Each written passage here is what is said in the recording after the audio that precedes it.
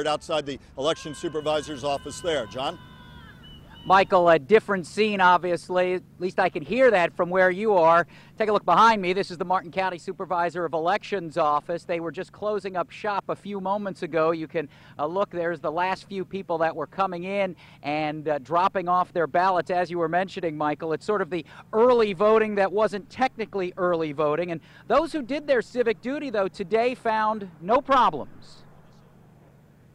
And I was dreading it because there was a lot of stuff that I had to get done today. But Lisa Warden and her husband, Alex Olson, found absentee voting at the St. Lucie County Supervisor of Elections office in Fort Pierce to be a piece of cake. We spent all morning researching the amendments and making sure of our answers, and, you know, it's just something that we had to do. Olson, who became a U.S. citizen after the last presidential election, was a bit apprehensive. Being on the road all the time, I get to see, you know, the big lines around the country, and I was dreading it a little bit, and now I can actually say when they call me at home now that the vote is actually in, so.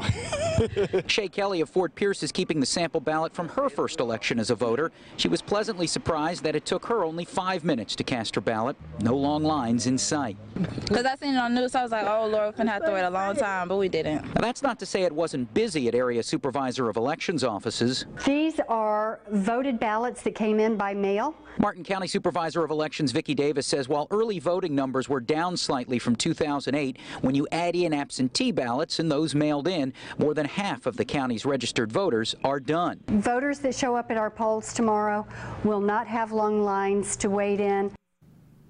Now, Davis also serves as president of the Florida State Association of Supervisor of Elections, and she's curious to see if the legislature next year will take another look at this early voting situation because of the long lines down in Palm Beach, Broward, Miami-Dade counties, and also to see whether or not that lawsuit will gain any more traction, whether or not in the future there will be more early voting days. But here on the Treasure Coast, according to a lot of the election supervisors that I spoke with today, tomorrow should be smooth sailing. Of course, if that changes, we'll let you know. Live tonight in Stewart, John Shane, WPTV News Channel 5.